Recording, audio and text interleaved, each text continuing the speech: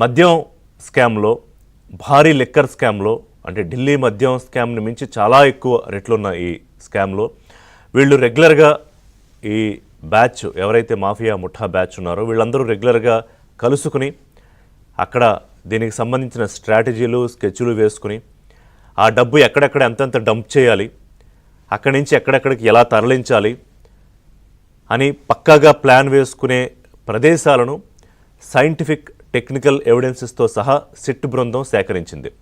అంటే వీళ్ళు అమాయకంగా మొహాలు పెట్టి అక్రమ కేసులు, అన్యాయమైన అరెస్టులు అని ఏదైతే చెప్తున్నారో అసలు ఏమీ లేదు ఇందులో, ఏదో తవ్వి రాస్తున్నారు, పేజీలు పేజీలు అంటున్నారు. దానికి సమాధానంగా ఇవాళ సిట్ ఈ ఎవిడెన్స్ను అటు ఛార్జ్షీట్లోనూ ఇటు కోర్టు ముందు పెట్టబోతోంది. అంటే కొన్ని డన్లు, దాదాపు ఒక 7-8 ప్లేసులు హైదరాబాద్లో, కొన్ని దుబాయ్లో, కొన్ని తాడేపల్లిలో, ఇక్కడ కొన్ని చోట్ల కలుసుకోవడానికి మనం చూస్తున్నాం. అక్కడ అంటే అపార్ట్మెంట్ల పేర్లతో సహా the landmark Tadepalli, urban 1 అని NCC urban 1 Narsingi, sunrise villa Upparpally, Srinivasam apartment Filmnagar, అలాగే ఓటు స్క్వేర్ అనేది అది కూడా నానక్రామ్గూడలో ఒక అపార్ట్మెంటు. ఇలా అంటే ఎక్కువగా పెద్దగా ఇవి communities, most of them gated communities. So అక్కడ డబ్బు ఎంత తీసుకెళ్ళి డంప్ చేసినా ఎవరికి ఎటువంటి అనుమానం రాదు. ఇంకా అపార్ట్మెంట్లో ఇంకా చాలా చోట్ల ఎక్కడైనా డబ్బు పెట్టారా అంటే దోచేసుకో దాచేసుకో అనే పద్ధతుల్లో ఆ స్కీమ్లో భాగంగా, అంటే అప్పట్లో చాలా స్కీములు పట్టణంలోకి అని అంటాడు ఆయన జగన్మోహన్ రెడ్డి జనం డబ్బుతో. ఇది కూడా జనం డబ్బే, కాకపోతే ఏంటంటే ఒక పక్కా ప్రణాళికతో పెద్ద పెద్ద ప్రీమియం బ్రాండ్స్ ఏమీ లేకుండా తరిమేసి రాష్ట్రం నుంచి జే బ్రాండ్ ఒకటి ఎలా సృష్టించాలి, మన అనుయాయులకి ఆ డిస్టిలరీలు ఎలాగ దారాదత్తం చేయాలి, ఈ బ్యాచ్లో ఉన్న వాళ్ళే లోకల్గా ఎలాగ బ్రాండ్లు తయారు చేయాలి, వాటిని పాత ప్రీమియం బ్రాండ్ల కన్నా ఎక్కువ రేటుకి ఎలా అమ్మేయాలి, ఇదంతా ఒక పక్కా స్కెచ్ ప్రకారం జరిగింది. సో ఇందులో ఇంకొకటి చాలామంది మిస్ అవుతున్న యాంగిల్ ఏంటంటే అనేక వేల మంది, ఇంకా మాట్లాడితే లక్షల మంది ఆ మద్యం తాగి కిడ్నీ, లివర్ సంబంధిత వ్యాధులతో, బాధలతో ఇంకా బాధపడుతున్నారు. చాలామంది ప్రాణాలు కోల్పోయారు. ఇంకా కొంతమంది మంచాన పడి ఆ డయాలసిస్లు అవి చేయించుకోలేక, డబ్బు లేక ఎదురు చూస్తున్న పరిస్థితుల్లో ఉన్నారు. మరి ఈ ఆస్పెక్ట్లో ప్రభుత్వం దృష్టి పెట్టాల్సిన అవసరం కనిపిస్తోంది. గతేడాది అప్పటి బీజేపీ చీఫ్, రాష్ట్ర బీజేపీ చీఫ్ పురంధేశ్వరి లేఖ రాశారు.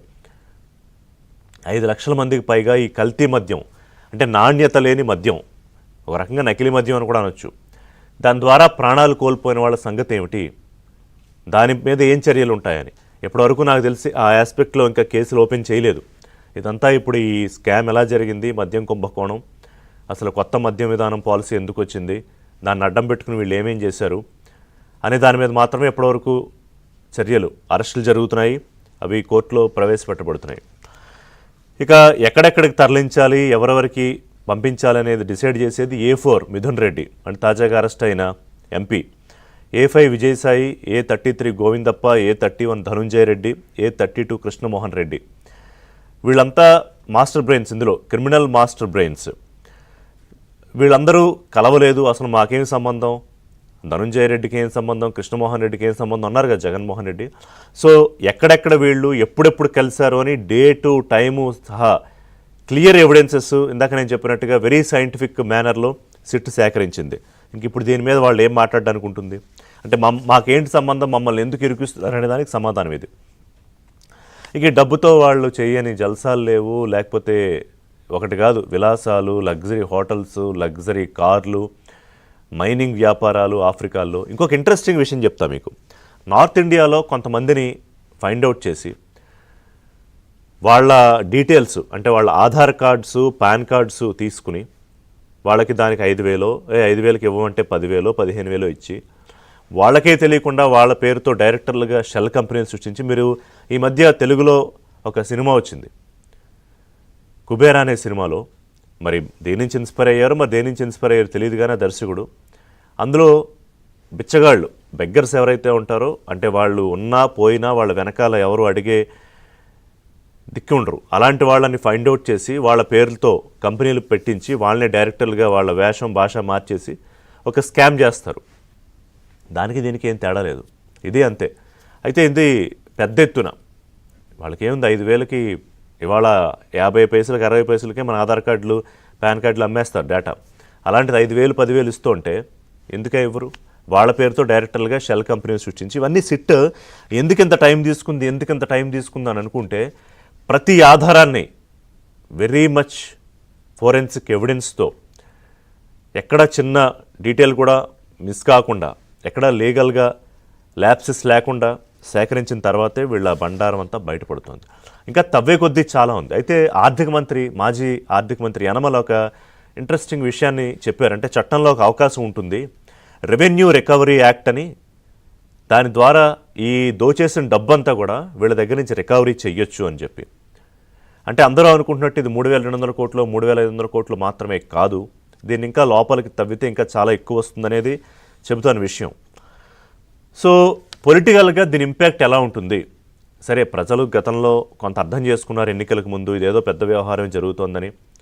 అధికారం కూటమి ప్రభుత్వానికి వచ్చింది, కానీ ఆ తర్వాత పరిణామాలు ఎలా జరుగుతాయి? ఇప్పుడు ఇంతమంది ప్రాణాలు తీసేసిన ఒక కేసు వ్యవహారం బయటికి రావాలి, ఈ దోచేసిన డబ్బంతా ఎక్కడెక్కడ మళ్లించారు అనేది ఒకటి రావాలి, అంటే వాళ్ళ అధికార దుర్వినియోగం ఎలా చేశారు అనేది అధికారుల పాత్ర రావాలి. సో పొలిటికల్గా మరి వైసీపీ పార్టీకి దీని ఇంపాక్ట్ ఏమన్నా ఉంటుందా ఈ లిక్కర్ స్కామ్ వ్యవహారం?